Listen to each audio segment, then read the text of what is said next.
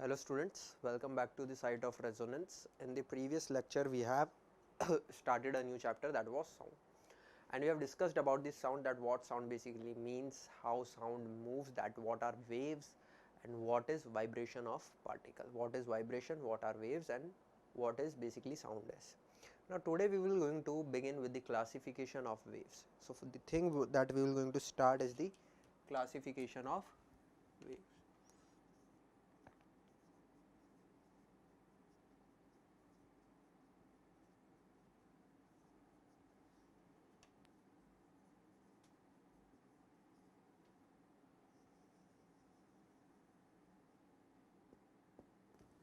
So in classification of waves, we will going to have some basis of classification. The first basis of classification is on the basis of that does the wave requires medium or not. So the basis is on the medium requirement.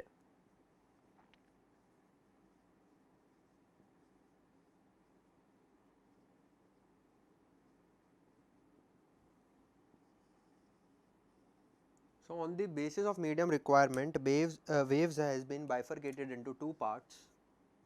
The first is mechanical wave.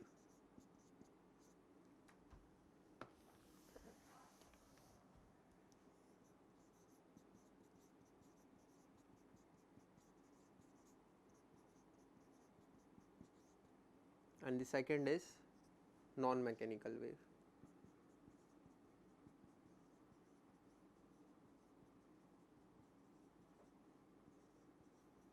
The non-mechanical wave is also known as electromagnetic wave.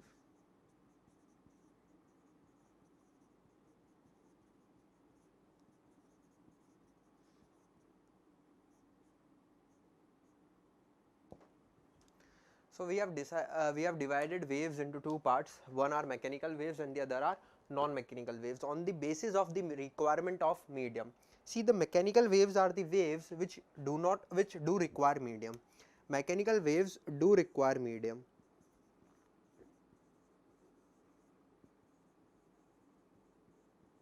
Non-mechanical waves do not require medium.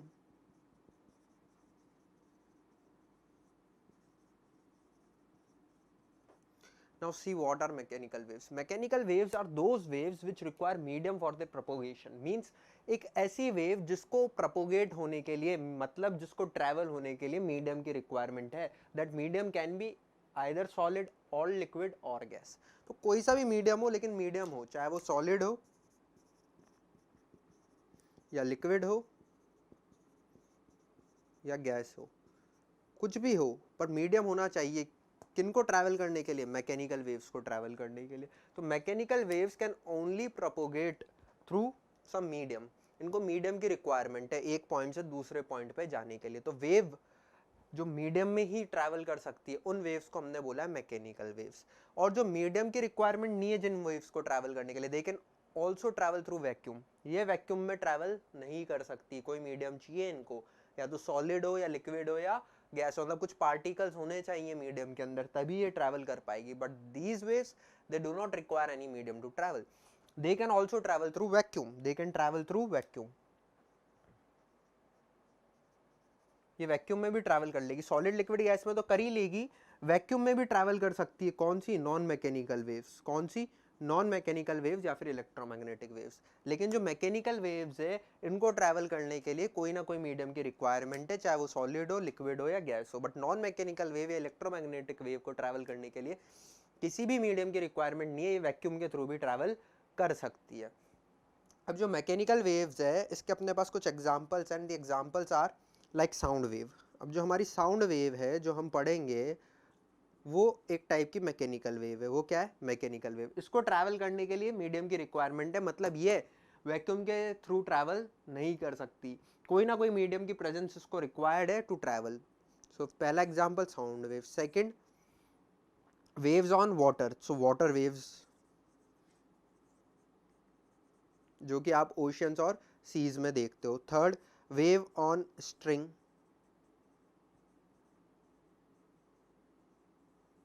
आपने एक string ली, एक रस्सी ली और बांध दिया उसको एक wall से, उसको सीधे खींचा और उसको ऐसे जर्क दिया, तो you will going to see there will be waves generated on that string or rope. So those waves also require medium to travel. Now come to electromagnetic waves. They do not require medium to travel, and the example of electromagnetic wave is, the first is light wave, infrared wave,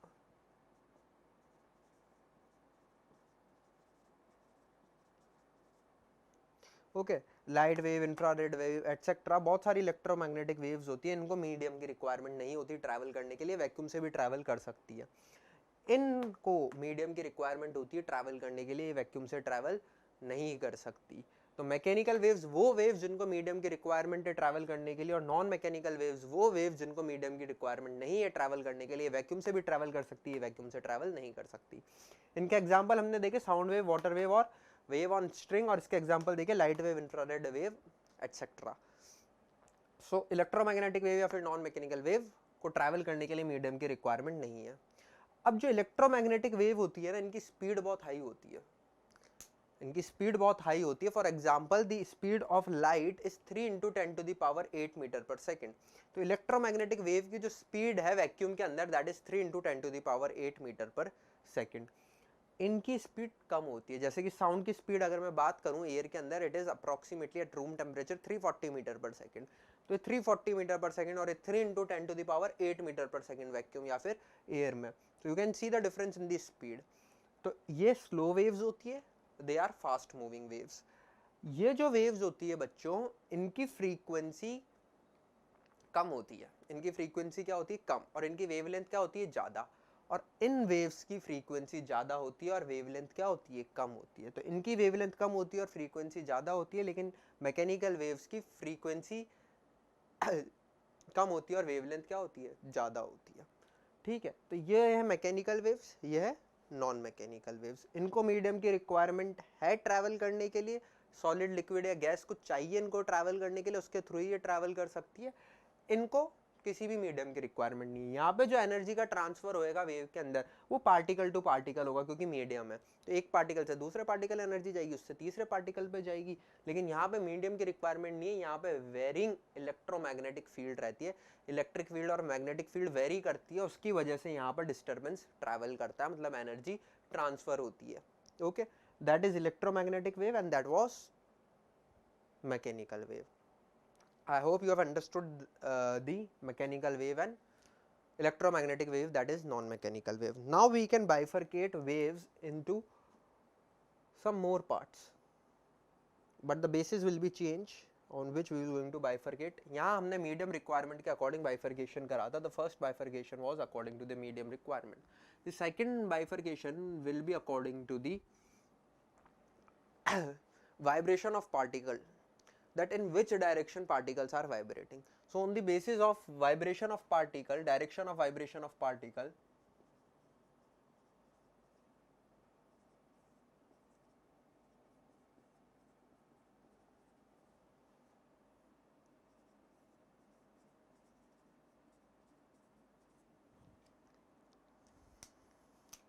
again we are having two types of waves.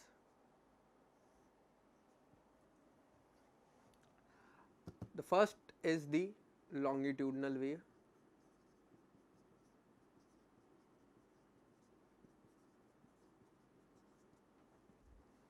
and the second is the transverse.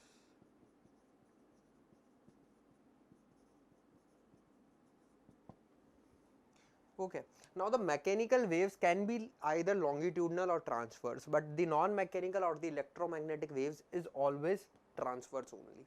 ये जो wave है जिसको medium की requirement नहीं है, हमेशा transverse होती है, लेकिन जो मैकेनिकल वेव है ये लॉन्गिट्यूडनल भी हो सकती है और ट्रांसवर्स भी हो सकती है। अब लॉन्गिट्यूडनल और ट्रांसवर्स वेव्स होती क्या है, अपन वो देखते हैं। पहले बात हम कर रहे हैं लॉन्गिट्यूडनल वेव की। लॉन्गिट्यूडनल वेव के अंदर क्या होएगा बच्चों कि मानो ये मीडियम है, ये मीडियम है और ये मीडियम के क्या है, पार्टिकल्स है।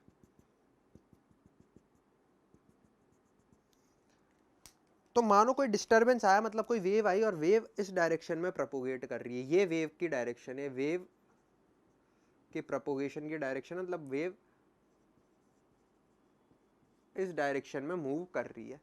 तो बच्चों जो पार्टिकल्स हैं इस मीडियम के जो पार्टिकल्स हैं ये भी इसी डायरेक्शन में क्या करेंगे, ऑसिलेट करेंगे, ये भी इसी डायरेक्शन में वाइब्रेट करेंगे, ये भी इसी डायरेक्शन में क्या करेंगे, ऑसिलेट। सारे पार्टिकल कर रहे होंगे, मैं कुछ पार्टिकल्स दिखा रहा हूँ बट सारे पार्टिकल्स इसी डायरेक्शन में क्या कर रहे होंगे, ऑसिलेट कर रहे होंगे या वाइब्रेट कर रहे होंगे। So the direction of vibration of particle is same as that of wave propagation. Wave propagation के डायरेक्शन में जब पार्टिकल्स वाइब्रेट करते हैं तो ऐसी वेव को हम बोलते हैं लॉन्गिट्यूडनल वेव। ऐसी वेव को क्या बोलते हैं, लॉन्गिट्यूडनल वेव। इसका एग्जांपल है साउंड वेव। इसका एग्जांपल क्या है हमारे पास, साउंड वेव।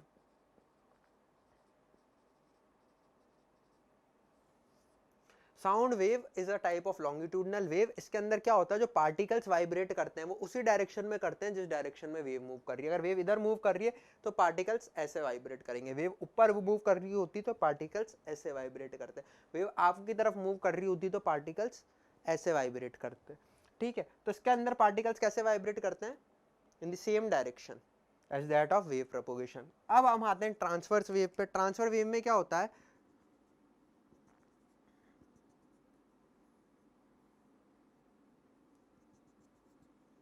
ये मीडियम है और मान लीजिए वापस वेव की डायरेक्शन, वेव प्रोपोगेशन मतलब वेव इस डायरेक्शन में ट्रैवल कर रही है, तो वेव प्रोपोगेशन की ये डायरेक्शन है।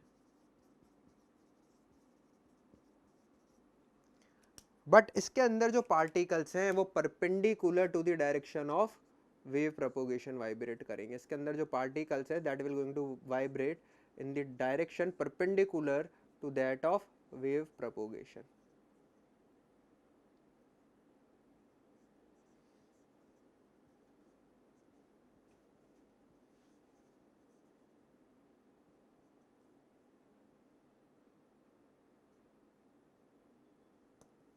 ऐसे इसके अंदर जो पार्टिकल्स है वो वेव प्रोपोगेशन की डायरेक्शन के परपेंडिकुलर डायरेक्शन में वाइब्रेट करेंगे। अगर मान लो वेव हॉरिजॉन्टली प्रोपोगेट कर रही है तो पार्टिकल का वाइब्रेशन कैसे रहेगा, उसके perpendicular, that is in vertical direction, in vertical direction. तो आपने देखा वेव आगे चल रही है लेकिन पार्टिकल्स कैसे प्रोपोगेट वाइब्रेट कर रहे हैं, अप एंड डाउन मोशन। यहाँ पर वेव जिस डायरेक्शन में चल रही थी पार्टिकल भी उसी डायरेक्शन में प्रोपोगेट कर रहे थे। और अच्छे बेहतरीन तरीके से इसको समझने के लिए मैं आपको एक चीज दिखाता हूं। This is a spring, this is a spring. अब मैंने इस स्प्रिंग को इधर से फोर्स लगा के कंप्रेस कर दिया, मैंने इस स्प्रिंग को इधर से फोर्स लगाया और कंप्रेस कर दिया, तो स्प्रिंग कुछ ऐसी हो गई। मैंने यहाँ क्या लगा रखा है, एफ फोर्स लगा रखा है और इसको कंप्रेस कर दिया। जैसे मैंने इसको कंप्रेस करके छोड़ा तो ये क्या करेगी, ऐसे ऐसे मूव करेगी। कैसे मूव करेगी, लाइक दिस। आप समझो ये स्प्रिंग है और मैंने यहां से लगाया धक्का, फोर्स यूं। जैसे मैंने इसमें यूं फोर्स लगाया ये स्प्रिंग क्या हो गई, कंप्रेस। जैसे ही छोड़ूंगा तो स्प्रिंग ऐसे ऐसे ऑसिलेट करेगी, नहीं करेगी, ऐसे ऐसे। तो इसके अंदर ऐसे ऐसे वेव बनेगी और पार्टिकल भी कैसे मूव कर रहे हैं, ऐसे ही। इसके अंदर जो वेव बनेगी वो भी इसी डायरेक्शन में होगी और पार्टिकल भी कैसे मूव कर रहे हैं, इसमें ऐसे ही मूव कर रहे हैं। कौन सी वेव है, लॉन्गिट्यूडनल वेव है। तो इसके अंदर क्या होगा, किसी किसी पॉइंट पर बच्चों, किसी किसी पॉइंट पर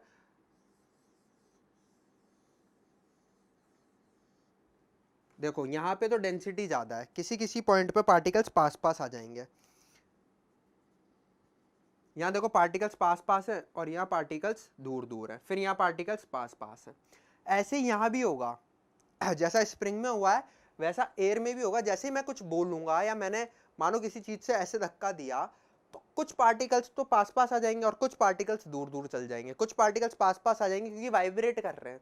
जब ये वाइब्रेट कर रहे हैं तो आप मानो कि ये जो पार्टिकल है ये इधर मूव करा और ये पार्टिकल इधर मूव करा, तो दोनों पार्टिकल कहाँ आ गए, पास में। लेकिन जो इधर वाला पार्टिकल है वो उधर चल गया, तो बीच में क्या आ गई, स्पेस आ गई। मतलब कुछ पार्टिकल्स तो पास में आ जाएंगे और कुछ पार्टिकल्स क्या हो जाएंगे, दूर। यहाँ भी आपने स्प्रिंग में देखा, जैसे मैंने फोर्स लगा के छोड़ा तो ऐसे वेव बनी। इसकी वजह से कुछ स्प्रिंग के टर्न्स तो पास आ गए और कुछ क्या हो गए, दूर। तो जो पास आए वहां पर डेंसिटी क्या हो जाएगी, ज्यादा। आप वापस समझे मैं क्या कह रहा हूं। यहाँ बहुत सारे पार्टिकल्स हैं। अब मानो वेव बन रही है, मतलब पार्टिकल्स क्या कर रहे हैं, ऑसिलेट कर रहे हैं। अब ये दो मेरे हाथ मान लीजिए आप पार्टिकल्स हैं, तो जब ये ऐसे आए तो यहाँ पर ये दोनों पार्टिकल्स क्या आ गए, पास आ गए, तो यहाँ डेंसिटी ज़्यादा हो गई। अब जब ये दूर जाएंगे एक दूसरे से तो यहाँ डेंसिटी क्या हो जाएगी, कम।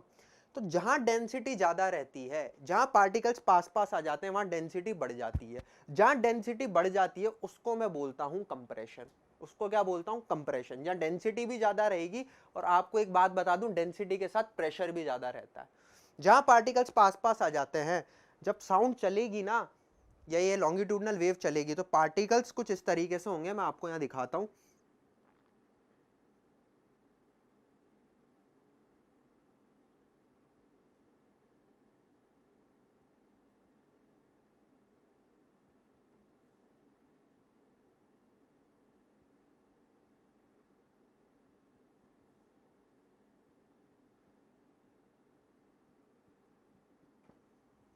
अब देखिए, यहां पर मुझे क्लियरली दिख रहा है कि इस रीजन के अंदर मेरे पास डेंसिटी बहुत ज्यादा है और इस रीजन में डेंसिटी बहुत कम है। फिर इसके अंदर डेंसिटी बहुत ज्यादा हो गई, फिर डेंसिटी मेरे पास क्या हो गई? कम हो गई।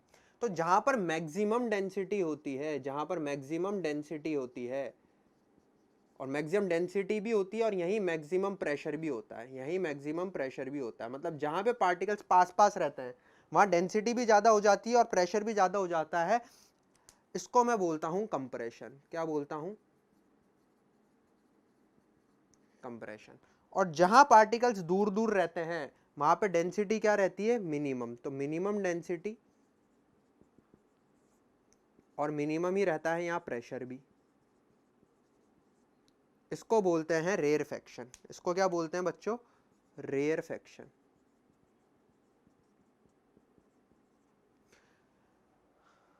अब समझें वापस, हम अभी बात केवल और केवल लॉन्गिट्यूडनल वेव की कर रहे हैं। अभी आप ट्रांसवर्स वेव को भूल जाओ। मैंने आपको बस बता दिया है कि लॉन्गिट्यूडनल वेव में पार्टिकल्स उसी डायरेक्शन में मूव करेंगे जिस डायरेक्शन में वेव प्रोपोगेट करेगी। ट्रांसवर्स वेव में वो उस डायरेक्शन के परपेंडिकुलर वाइब्रेट करेंगे। अब ट्रांसवर्स वेव को भूल जाते हैं, मैकेनिकल नॉन मैकेनिकल वेव को भी थोड़ी देर के लिए भूल जाओ। मैकेनिकल वेव वो थी जिसके अंदर मटेरियल मीडियम की रिक्वायरमेंट थी। नॉन मैकेनिकल वेव में मटेरियल मीडियम की रिक्वायरमेंट नहीं थी प्रोपोगेशन के लिए। वो टॉपिक वहां खत्म हो गया है। ये दूसरा बाइफर्केशन करा है मैंने, उस तरीके से बाइफर्केट करा है कि बेसिस मैंने लिया कि पार्टिकल किस डायरेक्शन में वाइब्रेट कर रहे हैं।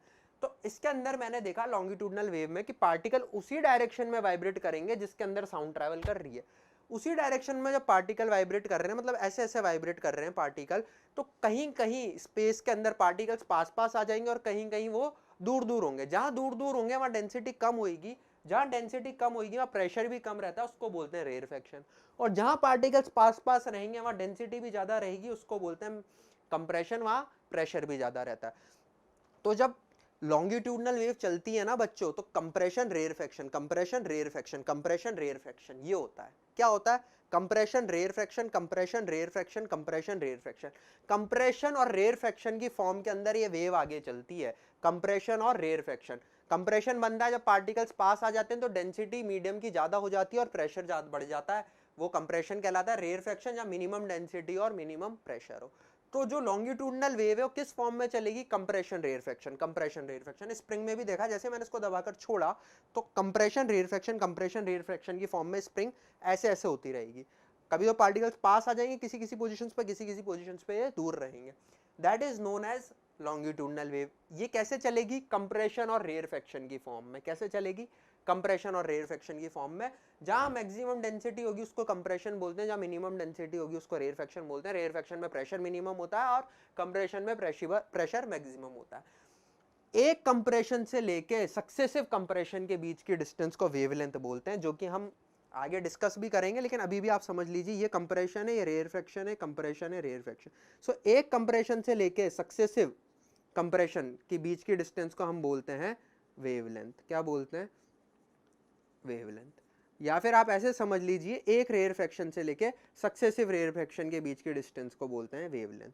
या तो सक्सेसिव कंप्रेशन ले लीजिए या सक्सेसिव रेयरफैक्शन ले लीजिए, इनके बीच की डिस्टेंस को हम क्या बोलते हैं? वेवलेंथ बोलते हैं। क्या बोलते हैं बच्चों? वेवलेंथ बोलते हैं।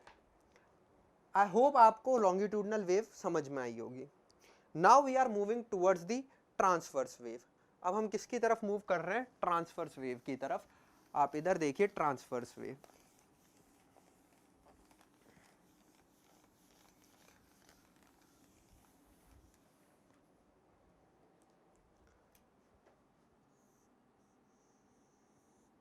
इस ट्रांसवर्स वेव को हम इधर डिस्कस कर रहे हैं, ठीक है। हाँ सी ट्रांसवर्स वेव में क्या होता है,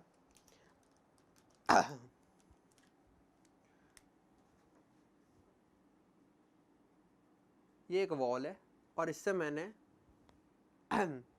एक स्ट्रिंग को बांध दिया, ठीक है।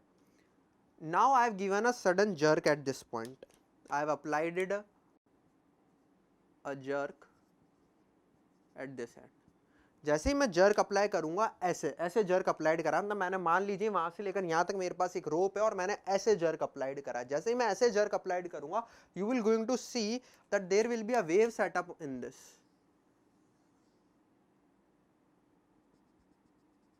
ये जो डॉटेड मैंने दिखाया ये ओरिजिनल स्ट्रिंग थी। अब जैसे ही मैंने इसको जर्क दिया तो ये कुछ ऐसे हो जाएगी, ये कुछ ऐसे हो जाएगी। बेटा जैसे ही ये ऐसे होगी, मैं इसको कंटिन्यूसली जर्क दे रहा हूं तो ये ऐसे ऐसे वेव्स बनती जाएगी। इसके ऊपर आपको फील आ रही होगी, ऐसे ऐसे क्या बनती जाएगी, वेव्स बनती जाएगी। अब आप देखो वेव कैसे चल रही है आगे, एनर्जी यहाँ से यहाँ ट्रांसफर हो रही है। जब मैं ऐसे ऐसे कर रहा हूँ तो वेव बन रही है किसके अंदर, इस थ्रेड के अंदर क्या बन रही है, वेव बन रही है। इमेजिन करिए आप, इसमें वेव बन रही है और मेरी एनर्जी वहां तक ट्रांसफर हो रही है। मेरी एनर्जी यहां से लेकर वहां तक ट्रांसफर हो रही है डिस्टर्बेंस के थ्रू, वेव बन रही है। लेकिन जो पार्टिकल्स हैं बच्चों, ये पार्टिकल पहले यहाँ था, ये अभी भी यहाँ है। ये वाला पार्टिकल जो यहाँ था वो यहाँ पहुंच चुका है, ये वाला पार्टिकल यहाँ पहुंच चुका है, ये वाला पार्टिकल यहाँ पहुंच चुका है, ये वाला पार्टिकल इधर, ये वाला पार्टिकल इधर, ये वाला पार्टिकल इधर, ये वाला पार्टिकल इधर, ये वाला पार्टिकल यहीं है। ये वाला पार्टिकल नीचे जा चुका है, ये वाला पार्टिकल जो यहाँ था वो नीचे आ गया, ये वाला पार्टिकल नीचे आ गया, ये वाला पार्टिकल और नीचे, ये इधर, ये इधर। तो आप देखें पार्टिकल कैसे मूव कर रहे हैं इसके अंदर, अप डाउन मूव कर रहे हैं। कैसे मूव कर रहे हैं, अप डाउन मूव कर रहे हैं। कैसे मूव कर रहे हैं, अप डाउन डायरेक्शन में मूव कर रहे हैं। तो वेव तो जा रही है आगे, वेव किधर मूव कर रही है, ऐसे। This is the wave propagation. Propagation का मींस ट्रैवल। तो वेव इस डायरेक्शन में ट्रैवल कर रही है, लेकिन पार्टिकल कैसे मूव कर रहे हैं, अप एंड डाउन। जो समुद्र में लहर दिखती है आपको सी के अंदर, in water the waves that you are seeing, वो भी उसके अंदर भी पार्टिकल्स कैसे मूव करते हैं, अप एंड डाउन। लेकिन वेव कहाँ चलती है, आगे। तो यहाँ भी wave is travelling forward, wave is travelling forward, but the particles are moving in up down way. So particles wave के प्रोपोगेशन के परपेंडिकुलर डायरेक्शन में वाइब्रेट कर रहे हैं। ऐसी वेव को हमने बोला है ट्रांसवर्स वेव, ऐसी वेव को बोला ट्रांसवर्स वेव। अब जब ट्रांसफर वेव बनती है तो कुछ इस तरीके का सिनेरियो रहता है मेरे पास, Isn't it? कुछ इस तरीके का सिनेरियो रहता है। जब इस तरीके का सिनेरियो रहता है तो बेटा इसको मैं बोलता हूं क्रेस्ट। इसको क्या बोलते हैं हम, क्रेस्ट। और इसको बोलते हैं हम ट्रफ। इसको क्या बोलते हैं, ट्रफ। ये ट्रफ कहलाता है, वो क्रेस्ट कहलाता है। जैसे कि वह कंप्रेशन रेयरफेक्शन की फॉर्म में वेव आगे चल रही थी, crest trough, crest trough, crest trough की फॉर्म में यहाँ वेव आगे चलती है।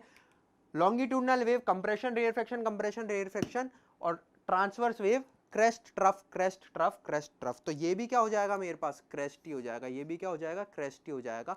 तो एक क्रेस्ट से लेके अगले क्रेस्ट तक की डिस्टेंस, एक क्रेस्ट से लेकर अगले क्रेस्ट तक की डिस्टेंस, ये डिस्टेंस को हमने यहाँ पर वेवलेंथ बोला है। क्या बोला है, वेवलेंथ। या फिर आप एक ले सकते हैं सक्सेसिव क्रेस्ट के बीच की डिस्टेंस, या फिर आप बोल सकते हैं सक्सेसिव ट्रफ। तो यहाँ वापस ट्रफ बनेगा। अगर मैं इसको नीचे ले आऊँ इधर, थोड़ा सा आपको दिक्कत आ रही होगी क्योंकि ओवरलैप हो रहे हैं डायग्राम सब, but I hope you have understood the things perfectly. तो ये क्या है, ट्रफ। तो एक ट्रफ से लेके दूसरे ट्रफ की डिस्टेंस को भी आप वेवलेंथ बोल सकते हो। सक्सेसिव होने चाहिए ये, यूं नहीं कि एक ट्रफ से लेके अगले से अगले ट्रफ को मिला दिया। हाँ, ये डिस्टेंस भी क्या है अपने पास, वेवलेंथ है। इसमें फील आना बहुत अच्छा आसान रहता है इसके अंदर, क्योंकि आपने वेव देखी होती है ऐसे वाली, तो आपको लग रहा है हाँ वेव बन रही है। बेटा ये भी वेव है, क्योंकि वेव का मतलब हमेशा ये नहीं होगा। वेव तो एक ऐसा डिस्टर्बेंस है जिसमें एनर्जी ट्रैवल कर रही है, और पार्टिकल के मीडियम अपनी मीन पोजीशन पे वाइब्रेट करेंगे और चलकर आगे नहीं चल जाएंगे हमेशा के लिए। तो आपने देखा है पार्टिकल के मीडियम बस अपनी पोजीशन पे वाइब्रेट कर रहे थे, कंप्रेशन रेयरफेक्शन बनाता, और क्या वेवलेंथ बोली थी मैंने, एक कंप्रेशन से लेके अगले कंप्रेशन में।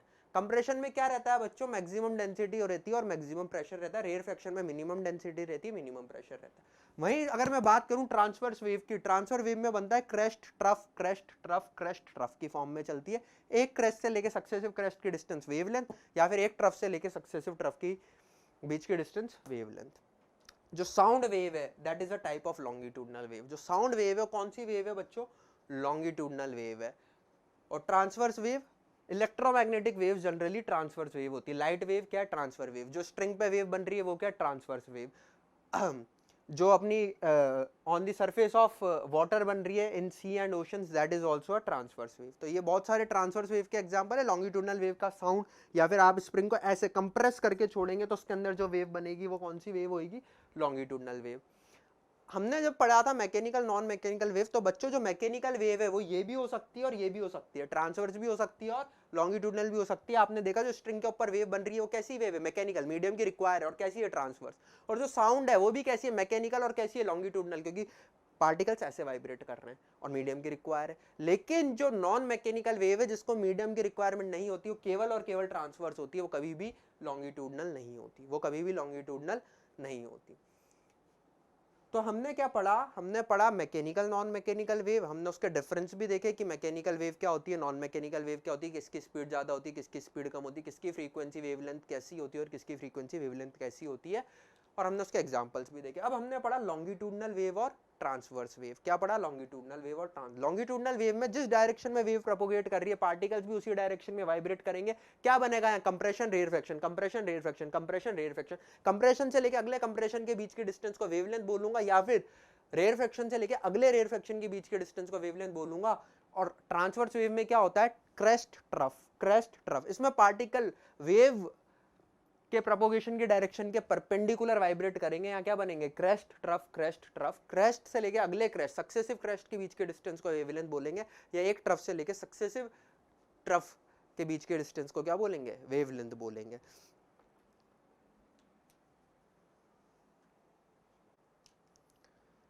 और अगर मैं देखूं किसमें, इसमें कौन सी वेव है? Transverse wave. इसके अंदर प्रेशर या डेंसिटी में कोई चेंज नहीं आ रहा मीडियम की, क्योंकि इसके अंदर पार्टिकल्स कैसे मूव कर रहे हैं? अप डाउन फॉर्म में। कैसे मूव कर रहे हैं? अप डाउन फॉर्म में। तो यहाँ पर प्रेशर या डेंसिटी के अंदर कोई वेरिएशन नहीं आ रहा मीडियम के। लेकिन अगर मैं बात करूं लॉन्गिट्यूडनल वेव में, तो लॉन्गिट्यूडनल वेव में प्रेशर हाई हो रहा है और कहीं प्रेशर लो हो रहा है। there is a point in space where maximum density is there and pressure is also maximum। या डेंसिटी और प्रेशर दोनों में चेंजेस आ रहे हैं। किसमें? लॉन्गिट्यूडनल वेव के अंदर। कहीं प्रेशर ज्यादा, उसको हमने कंप्रेशन बोला, कहीं प्रेशर कम है, कहीं डेंसिटी ज्यादा है, कहीं डेंसिटी कम है। लेकिन अगर मैं बात करूं ट्रांसवर्स वेव की, यहाँ प्रेशर और डेंसिटी के अंदर कोई चेंज नहीं आता। यहाँ प्रेशर और डेंसिटी मीडियम की क्या रहती है? सेम रहती है। यहाँ there is no change in pressure and density. जो लॉन्गिट्यूडनल वेव है ना, ये कहीं भी बन सकती है, आइदर इन सॉलिड, लिक्विड और गैस। ये कहीं भी बन सकती है लॉन्गिट्यूडनल वेव। लेकिन ट्रांसवर्स वेव या तो केवल सॉलिड में बनेगी या लिक्विड की सरफेस में बनेगी, ये गैस या लिक्विड के अंदर नहीं फॉर्म होती। तो transfer wave can not be formed in liquid or gases, they can be formed only in solids or the surface of liquid, but the longitudinal wave can be formed either in liquid, solid or gas. So this was the bifurcation of wave, on the basis of direction of vibration of particle and on the basis of medium के according mechanical, non mechanical, और particle के vibration के according transverse और longitudinal. Now let's move forward and discuss something about pulse.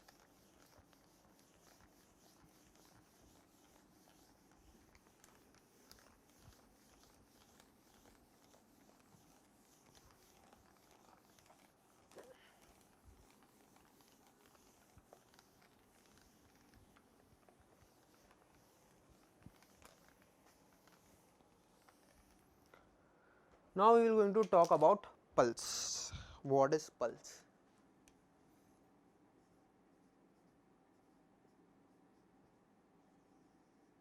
See, generally waves are continuous and periodic in nature. अगर मैं string लूँ और ऐसे ऐसे करते जाऊँ तो मेरी वेव बार बार बन रही है, कंटिन्यूस वेव है और पीरियोडिक भी है, बार बार रिपीट कर रही है अपने पाथ मोशन को। तो वेव्स कैसी होती है? जनरली पीरियोडिक होती है और कंटिन्यूस होती है। Continuously there is a formation of wave generally, और वो कंटिन्यूस होती है और पीरियोडिक भी होती है। तो waves are continuous and periodic, but pulses are not. Pulse क्या होती है? इमेजिन करो there is a string again tied to that wall. उधर एक वॉल है, उससे स्ट्रिंग बांध दिया और वो सीधे मेरे हाथ में। I have given just a single jerk, मैंने उसको क्या दिया? एक सडन सिंगल जर्क दिया। When a sudden single jerk is given means a sudden disturbance is created in the string. वो सडन डिस्टर्बेंस की वजह से एक बहुत शॉर्ट ड्यूरेशन के लिए उसके अंदर वेव जनरेट होगी। There will be a wave generated for very short duration. भाई अगर मैं कंटिन्यूसली इस स्ट्रिंग के इस एंड को जर्क्स देता रहूं तो एक कंटिन्यूस वेव का फॉर्मेशन होगा। किसका फॉर्मेशन होगा? कंटिन्यूस। कंटिन्यूसली पार्टिकल्स वाइब्रेट कर रहे होंगे अप एंड डाउन और वेव चल रही होगी आगे, और वो मीन पोजीशन पर आकर तब रुकेंगे जब मैं रुक जाऊंगा उसके भी थोड़ी देर बाद, क्योंकि कंटिन्यूसली उनका मूवमेंट रहेगा और वो धीरे धीरे स्लो डाउन होते हुए अपनी मीन पोजीशन पर आकर रुकेंगे due to inertia, due to inertia. तो continuous waves are those which are continuously formed and are periodic in nature. but pulse के अंदर क्या होगा, जैसे कि मैंने आपको बताया, this is a wall, this is a wall and this is a string. now this string is tied to this wall और मैंने यहाँ पर एक sudden jerk दिया, I have given a sudden jerk to this end.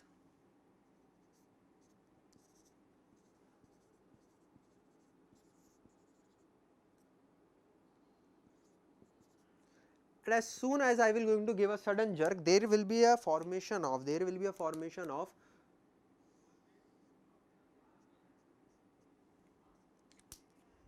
मैं इसको थोड़े phases में दिखाता हूँ आपको। ये पल्स आगे मूव करेगी, ये पल्स कहाँ मूव करेगी? आगे मूव करेगी, और ये पल्स और आगे मूव कर जाएगी।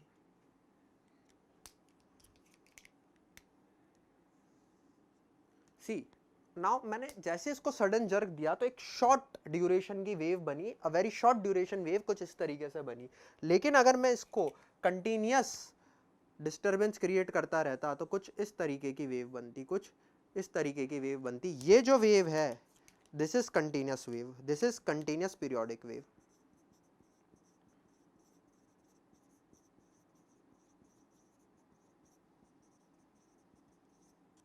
लेकिन ये जो है ये पल्स है, ये क्या है? This is pulse. Pulse is a sudden disturbance created in a medium. Pulse is a sudden disturbance created in a medium which stays for very short period of time. ये एक ऐसा disturbance है जो कि बहुत short period of time के लिए रहेगा और sudden create होएगा. I have created this disturbance suddenly and it is in the medium for very short period of time. तो एक sudden jerk जब मैंने दिया तो एक पल्स बनी जो कि बहुत शॉर्ट पीरियड ऑफ टाइम के लिए रही, उसको हमने पल्स बोला। एक डिस्टरबेंस बना जो कि बहुत शॉर्ट पीरियड ऑफ टाइम के लिए रहा, उसको पल्स बोला। तो pulse is a sudden disturbance created for very short period of time, that is pulse. And wave is a continuous disturbance created which will going to transfer energy without any transfer of medium. तो pulse के अंदर भी energy transfer होगी but ये बहुत short period of time के लिए रहती है और सडन जर्क या सडन डिस्टरबेंस की वजह से क्रिएट होती है। तो पल्स का एग्जांपल है like this, I will going to, this is pulse, this is generation of pulse. But if I am doing it continuously, there will be a continuous wave formed. So a continuous wave, I am jerking the rope like this, this is a formation of continuous, but I am giving a sudden jerk that will going to remain in this rope for a very short period of time, that is pulse, that is pulse. If I have dropped a stone in a pond, it will be a pulse, it will be a pulse, but I am speaking there is a creation of waves, there is a creation of sound waves. तो ये pulse और sound wave के अंदर basic difference है। sound wave is a continuous periodic disturbance in our environment and pulse is a short sudden disturbance which is there for short period of time, that is pulse. So I am folding up for today. We will going to continue in our next lecture. We will continue the topic of sound. Thank you for today.